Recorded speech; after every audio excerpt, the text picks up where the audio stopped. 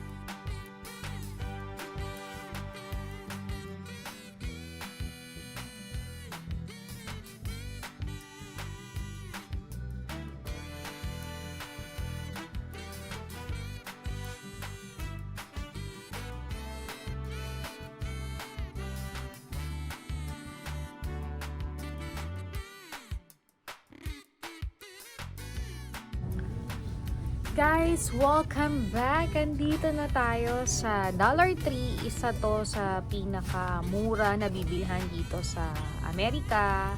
Kung gusto nyo na lalo na ngayon pasukan, dahil sa intro ko naman halos nagpasilip na ako kung anong merong laman dito at ang gaganda rin ng mga gamit nila. Especially, I think, ang mga gamit nila is coming from other country in China, Korea, it's depend, no? Pero natuwa ako kasi may iba akong nasilip na, I don't know kung totoo yung chismis na binili ng Dollar Tree ang mga ilang gamit ng 99 cents. Sabi sa balita. Search yun na lang. But for me, yun na nabalitaan ko. At nakita ko nga with other side, some of their items ng 99 cents. Dahil palagi akong nandun, dahil yun talaga most of them na dinedecorate ko sa bahay, binibenta ko sa pasabay ko, pinapadala ko sa Pinas kasi ang gaganda talaga and very updated sila sa mga event na meron dito sa Amerika. So ang gaganda ng items nila dahil malapit na naman ang mga Halloween, mga ganyan. So nakita ko yung ibang items na binibili ko sa 99 meron dito. So for me parang totoo nga yun na some of their items binili nila. Pero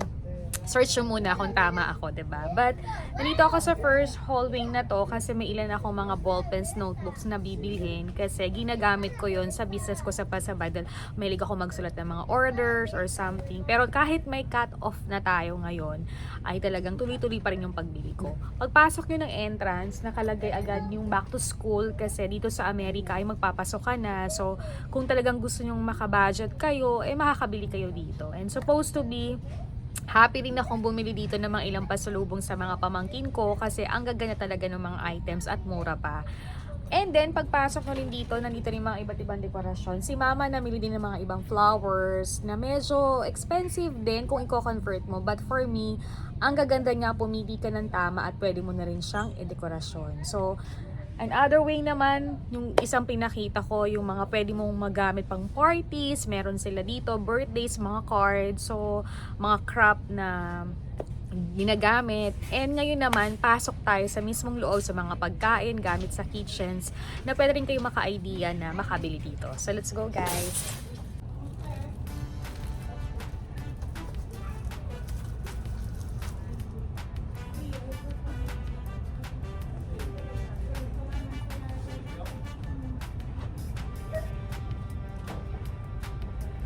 So guys, punta pa tayo sa isang side dito sa ano to, sa Dollar Tree. Alam niyo, ang gagana. Actually, nagtinda ako ng mga ganito. Yan. Mga organizers na yan. Actually, yung dahil bumili ito sa akin sa Pilipinas. Yan. I think kukuha ako nito kasi ginagamit ko to sa pasabay kapag may nag-order para organize, maayos siya. So, ang bibilihin ko lang naman dito yung kailangan ko lang at kung may iba akong pasalubong or iba pang pasabay na hindi ko na bibili, baka bilhin ko siya dito. So, yan yung mga makikita nyo. Dami rin mga organizer sa sa mga room nyo, mga tables. So, nandito pa lang tayo sa first part. I'm sure marami pa rin kayong makikita dito at magagandang item. So, let's go guys! Sinasabi ko sa inyo na parang familiar ako with 99 cents. Ang agap nilang maglabas for the Halloween and Thanksgiving decorations. So, ang ganda nitong flower. Oh, ang cute. For almost $5. So, pwede ko nang mag-decoration. So, ang ganda. So cute. Parang gusto ko siyang bilhin. And, lalagyan ng mga fruit, something. I think this one I have sa bahay. Parang ang sarap bumili para i-decorate ko sa Pilipinas kasi nga naghahanap ako ng most of decoration. So, ganda. Ayan. So, ikot muna tayo. Bibilihin lang muna natin yung mga kailangan. Then, sa susunod ng pagpunta natin, at least may mga idea na tayo na pwedeng bilhin. Let's go, guys!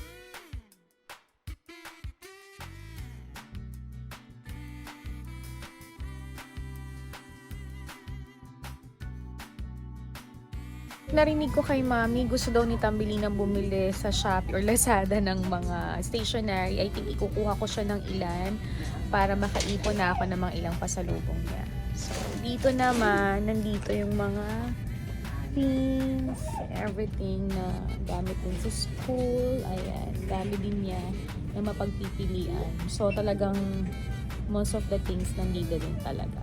Okay. So cute.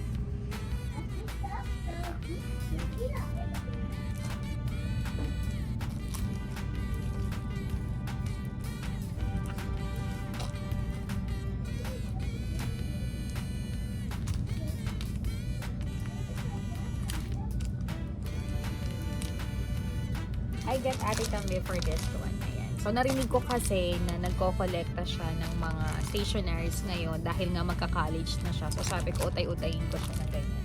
So, pinili ko yung ganitong design. So, I don't know kung iibahin ko yung design.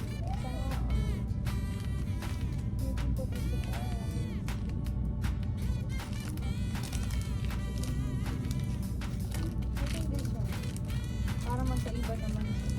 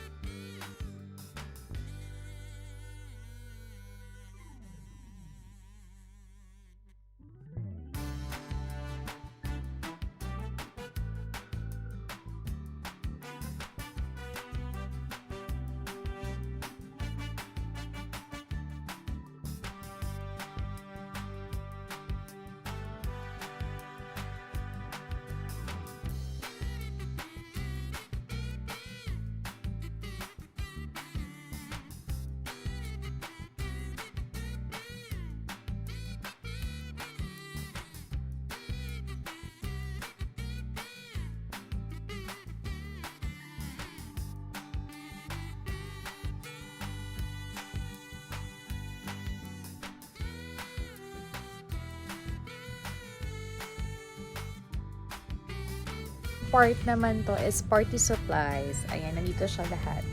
So, ang dami rin talaga kayong nakikita dito. Ayan. So, mga paper bags na kailangan ko pag nagbi-business ako, may giveaway ako, nakakabili agad ako. Yan, diretso siya ng party supplies. Dito sa bahay.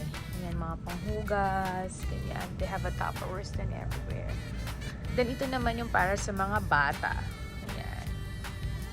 Okay, like this. Dami rin nila, oh.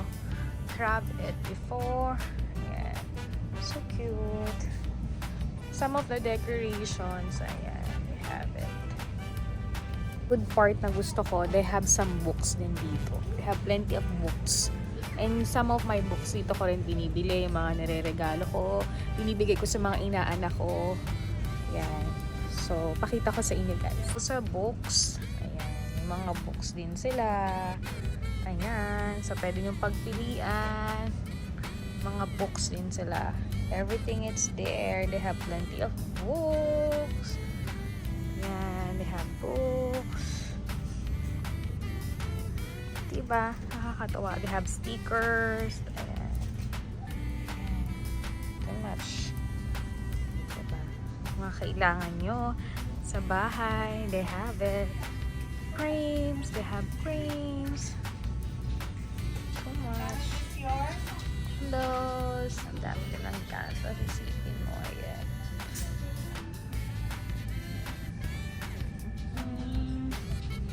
The part of some of decoration sa bahay. So, meron din dito yan sa Dollar Tree. Ang daming candles. Ayan. Too much. Ayan yung mga pwede nyo ilagay sa mga base. Diba? Ganda.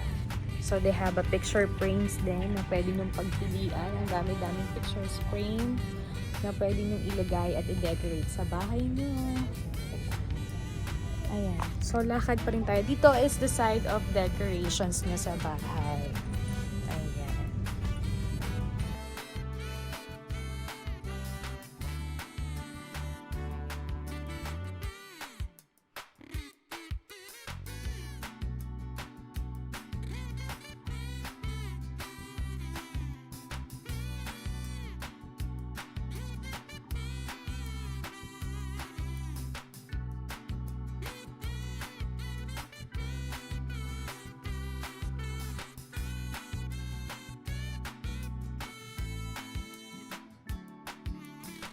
Dito naman tayo sa mga crops niyan. Ayan. For decorations, kung may set up kayo ng mga business niyo or gusto niyo pagkakitaan yung mga ganito, mahihilig kayo magbebenta. So, meron din silang ganyan. Ayan. Diba? Sa other side naman, flower arrangement naman siya. They have it. So, ang dami. Dami dito sa Dollar Tree. Okay. And ito yung mga sobra nung Independence Day, meron pa rin sila. So, ayan. Ito naman yung para sa mga gardens. Ayan, kung meron kayong gardens, pwede. Dito tayo sa part na mga pampaganda. Let's go, guys!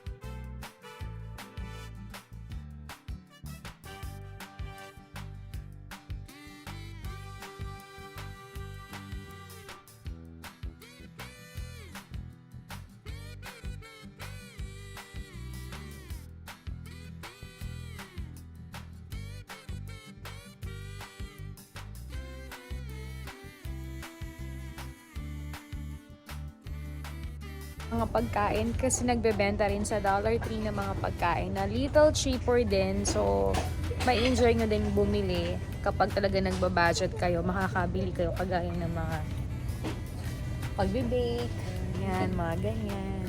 May mga chicheria din sila, drinks, chocolates, and everything. Ito na yung pinakagusto kong part, yung gamit sa bahay. Ang dami din ng mga baso, then mga gamit sa kitchen. So, pakita ko sa inyo, guys.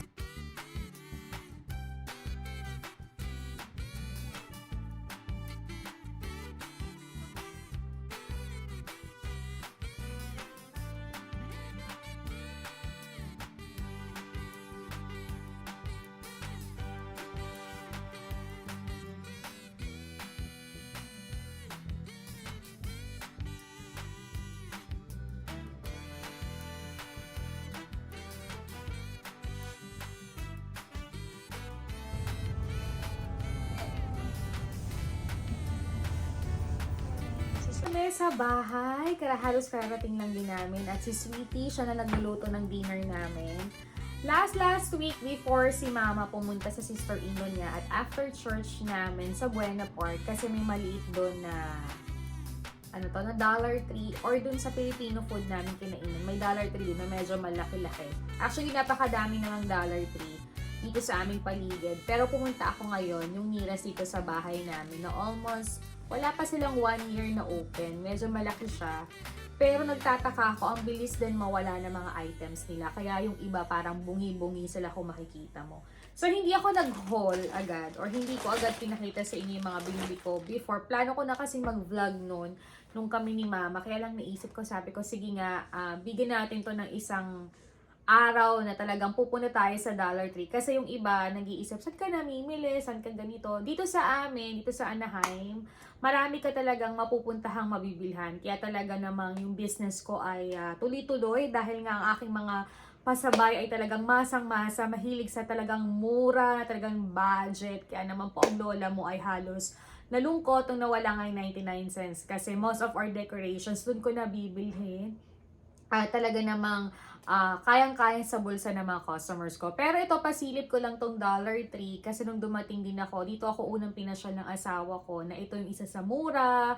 Hanggang napapanood ko rin siya sa YouTube, sa Facebook. And magaganda naman talaga yung mga gamit nila. Talagang mapapakinabangan mo, pwede mong iregalo. And some of further events dito sa Amerika ay updated sila. Like Christmas, Thanksgiving, nakita nyo naman kanina, ito yon, 'di ba? Talagang may mga pwede na kayong ipag-decorate na hindi kayo manghihinayang kung gusto nyong ipamigay, i-donate o iregalo kasi talagang kayang-kaya sa bulsa. So, ang mga pinamili lang namin ay first, mag-haul na tayo. Ayan. Siguro yung first kong pinunta doon, hindi ko na ipapakita kasi sikreto ito. Itong gagamitin ko kasi at idadagdag ko sa bridal shower ko. And ayoko makita ng mga bridesmaid at bisita ko. Very surprise. At ito ay idadagdag ko dun sa mini basket na ipamimigay ko sa kanila. Para naman may mga cutie pie tayong idadagdag sa giveaway nila. So, skip ko na to.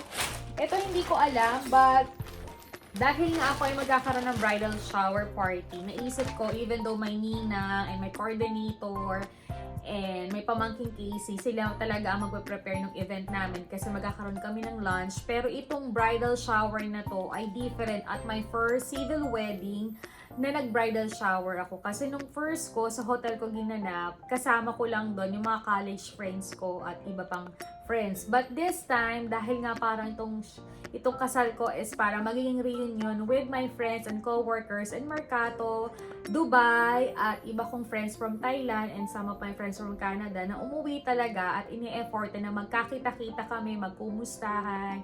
Kahit na nag-uusap kami sa video call, nagte-text kami, nagka-send kami ng mga time na magkita-kita. Ito talaga yung para magiging reunion ko yung kasal ko. So naisip namin magkaroon na ng lunch na i-combine ang babae at lalaki. May mga games din, may mga parties, at naisip ko na may mga little giveaway ding matatanggap yung mga aaten ng aking bridal shower. So, dito na ako bumili ng mga ganitong paper bag. Very cute lang naman for thankful and grateful na a-attend sila sa aking party. So, surprise na lang. Ayan. So, nakita nyo naman kanina, other side of Dollar Tree, may mga mabibili na kayong mga instant na ganito na magagamit nyo on party, na may mga ganito rin naman sa Pilipinas sa mga nabibili. But for me, it's very comfortable kasi even though nagbi-business ako or something na may giveaway ako, mabilis ako karon ng idea kung saan ako bibili kasi instant din sa Dollar Tree may mga items na ganito. So, hindi na siya masyadong mahirap. Next naman is, nagbili ulit ako ng bagong notebook kasi mahilig talaga ako sa malalaking notebook. And every time I have the meeting sa business ko, trabaho ko, personal life ko, budget ko, or lalo na ngayon sa aming kasal na kung may mga maalala kami ite-take down and always take a note even though I have plenty of notebooks. Pero mahilig talaga ako sa mga notebook at nagkikip ako. Pero syempre yung iba na medyo matagal na itinatapon ko na, nilelet go ko na kasi nga minsan yung tambak din na nagkokos ng hindi maganda sa ating paligid, diba? So, I got a new notebook and mahilig din ako sa mga ganitong pangsulat at dahil nga dati before bumibili ako nito sa 99 cents kasi talagang yun talaga yung bilihan ko or below 5 or Walmart yun talaga ako bumibili ng mga school supplies but Dollar Tree ay talagang magaganda mga school supplies nila kung nakita nyo naman sa intro ko kanina na talagang pumili lang kayo ng tama at talagang ito'y tatagal at magagamit nyo. So I buy this color, this one kasi kapag ako ay nagda-diary or may take notes ako, gusto ko may kulay para mabilis kong maalala kung ano mga dapat ko pang gawin. So ito yung second kong binili. Yan, parang high school life pa rin ako kasi dyan ko na o-organize yung mga gusto kong magawa for my business, personal life, activities, or 1 month naming budget or plano namin. So, tinitake down ko doon kung hindi matuloy, check. O other one ulit, check. So, parang they remind me sa mga ganyang makukulay na items. Next naman is, I got a stationery then like my daughter. Ayan. Ito kasi may magnet. So, ito minsan nilalagay ko sa working place ko or dito to something to remind kung ano yung mga dapat kong gawin. So, para kinabukasan or the following week, alam ko na, alert na ako na, ay, may nakalimutan ako, may dapat akong gawin. So, this one is very helpful for $1.25 lang. And for me, mahilig akong magregalo nito sa mga friends ni Tabilina tuwing Christmas or uuwi ako. Ito yung mga typical na nireregalo ko sa kanila at very use sa mga dalagang friends ng anak ko. So, kasi gusto ko pag nagbibigay, nagpapasalubong, very useful para mas tumatak na maalala ka, diba? Hindi yung mga mabilis mawala. Even though mawawala to pag nasulatan or napunit, but it's in stock with them na alam kong magagamit nila yung mga items na pwede mong ipasalubong, iregalo, kahit hindi ganun ka-expensive, pero for sure, they very happy kasi magagamit nila yung things. Ito yan. Ayan. Next naman is, I have the ballpen. Pag ako ay nagtatrabaho, nagpa-part-time, mas gusto ko yung ganitong ballpen kasi lahat ng kulay nandito. So, it reminds me very fast sa work ko or even though may activities ako. So, ang bilis niyang gamitin ay it's love pink. It's my favorite color. So, talagang ito, binili ko siya. Ayan. Next naman is, hindi ko na rin ito papakita kasi this one is some of my giveaway pa rin sa aking wedding kasi binudget ko lang talaga. Hindi naman kailangan pag nagregalo tayo kahit na okay yung wedding natin ay sobrang mamahal. And for sure, I think 1.25 or 200 pesos is the biggest thing pera na rin yan sa Pilipinas. And very thankful din ako sa mga magiging bisita ko. So, skip ko na to. For sure, makikita nyo to sa another vlog ko kapag nagserye na tayo ng wedding ko. Kasi talagang, ang wedding ko ay very classic, very simple. Hindi naman siya talagang bonggang-bongga. It's another typical blessing sa amin for the second time around na maikakasal kami and mismo sa church na. And may blessing na talaga with God, diba? So, this one, skip ko na, hindi ko na siya ipapakita. So, naman makikita nyo yan. So, dito na tayo sa binili ko kanina. Eto, bumili ako nito, itong parang index card. Kasi, dahil kahit na medyo magka-cut off na tayo sa pasabay or sa business namin sa Pilipinas, talagang nagtatabi ako ng ganito. Kasi kapag may mga bagong orders, bago ko siya iput sa computer, or bago ko siya ilagay sa mga envelope or sa notebook, talagang nandito siya. Para sa ganon, na-update kami kung anong binayad, anong in-order. So, hindi nakakalito. Very organized talaga. So, this one is very helpful. Nag-save na ako niyan. Para sa ganon, kahit next year mag-start uli tayo kasi cut off na tayo ng last week of September. Maraming salamat po sa mga suki ko sa Pilipinas sa talagang umorder. At this year po, parang almost 10 boxes po tayo ng pasabay. Maraming salamat po and God bless po talaga sa inyo at sa tiwala talaga nyo sa amin. So, very happy. Next is, dahil nabalitaan ko yung anak ko, nag-iipon na naman siya ng mga pambili ng mga sketch, stationery, stickers, ballpen. Kasi nga, at their age, mahilig pa yung mga batang yan, lalo na napasok pa sila na mag-ipon at gusto niyang bumili sa Lazada, Shopee kasi sometimes they not have time to go to SM kasi nga pagod na siya and yung every week niya mas gusto niyang nasa bahay siya. So, narinig ko kanina na o-order siya. So, sabi ko, sige, every year or every box na meron akong pasalubong, lagi siyang may items na padala ko na magagamit niya sa school or ibang dekorasyon sa kanyang working place. At ngayon nga, inaayos namin yung room niya and happy ako dahil dumating na yung kama niya. So talagang thank you so much kay Sisi. Ipapromote ko yan kapag nag-update na ako ng mga ilang konting renovations namin sa bahay sa Pilipinas. And we're so thankful talaga. So ito, binilang ko siya ng stationery. Nung bata pa ako, since elementary, talagang ang mami ko rin talaga, binibilhan ako ng mga ganito hanggang nag-high school and college ako. Hanggang ngayon, nadala ko na siya na talagang very helpful yung may mga ganitong extra na ang babango pa. Ayan. So, Ate Tambe, binilhan kita ng isa. Hanggang sa makaipon ako, hanggang sa makauwi ako, may mga ilang items ako na talagang collections niya na I decided na talagang bilhan siya. Para sa ganon, hindi rin siya mahirapang mag-order sa mga Lazada at sa mga Shopee, ganyan. Pero hindi ko naman siya pinagbabawalan. Kasi si Ate Tambe naman ay very disciplined as in na pag may extra siya, nakaipon siya, bumibili siya ng mga kailangan niya. Hindi siya yung bata na uungutin or pipilitin kang bilhin. Kaya very good talaga yung anak ko. Next naman is, nagbili kami ng mga chocolates. Actually, doon din ako bumibili ng mga ilang pasabay na chocolates doon. At talagang nakakamura at kayang-kaya ng aking mga suki sa Pilipinas. At kahit yung mga ibang pasalubong ko, doon ko rin siya binibili. Okay. Tapos, I have the gummy bears para to kay Sweetie kasi nagbabaan siya sa office.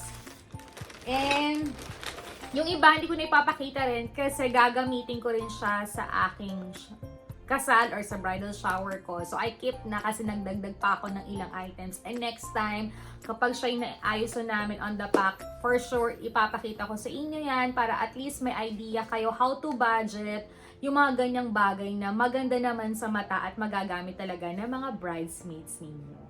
So, tapos, nagandahan din ako sa plate na ganito. Actually, alam mo, sa TJ Maxx, Marshall Home, what we call this, Burlington, at Ross, ang mamahal na mga plates. And actually, kung pang araw-araw mo na lang gagamitin, dadalhin sa Pilipinas, or ipapasabay, or something, na alam mo namang very ceramic at maganda rin naman yung features niya, wala naman sira, wala naman bangas, ang ganda rin ipagbenta, ialok, and part of it, may ganyan akong business at ang dami umu-order niyan sa akin. So, I think this kind of plates, bumili ako para dito sa bahay at yung iba naman, bumili rin ako para sa Pilipinas. So, gusto ko rin kasing paltan yung mga ibang gamit namin sa Pinas. Although mahal ng mami ko, pero yung iba pinamigay na lang sa mga kamag-anak namin, nakalapit namin or mga friends na very useful pag hinugasan pa naman okay. So, nag-update ako ng mga ilang gamit sa Pinas para naman sa ganun ay medyo updated and modern na rin yung gamit natin. So, this one, ito yung binili ko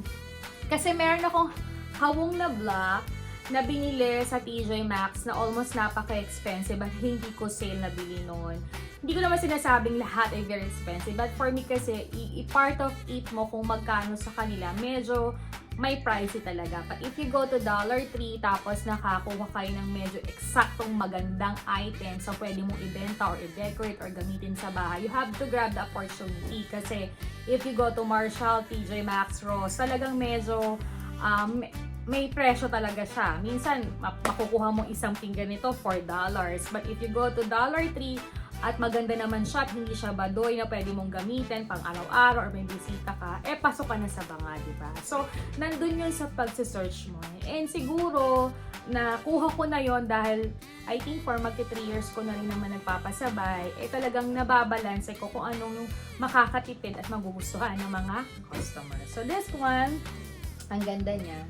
So, may pa-partner na ako dun sa hawong namin. And, it's very good. Yun. So, yun lang yung mga nabili namin. Hindi ko napapakita lahat. This one is gagamitin ko pa rin siya sa bridal shower namin or bridal giveaway namin sa mga bridesmaids at saka sa maid of honor. Ayan. So, abangan nyo yan dahil for sure, isi-share ko yan sa inyo kung paano rin kami nag-budget ng very simple and classic wedding. Ayan. So, bisita na po kayo sa Dollar Tree dahil alam ko if you here in America, the heaven part na talagang maraming Dollar Tree na talagang pwede kayo mag-start ng mga pasabay business or pwede nyong bilhin para de-decorate sa bahay ninyo. Pili lang kayo ng tama na alam yung maganda and talagang pipitan sa inyo. At saka kung talagang kayo ay what we call this, pasalubong sa Pilipinas, for sure kahit makapag-budget kayo ay talagang mabibili nyo ng sapat at mareregaluhan nyo ang mga mahal nyo sa buhay sa Pilipinas. So,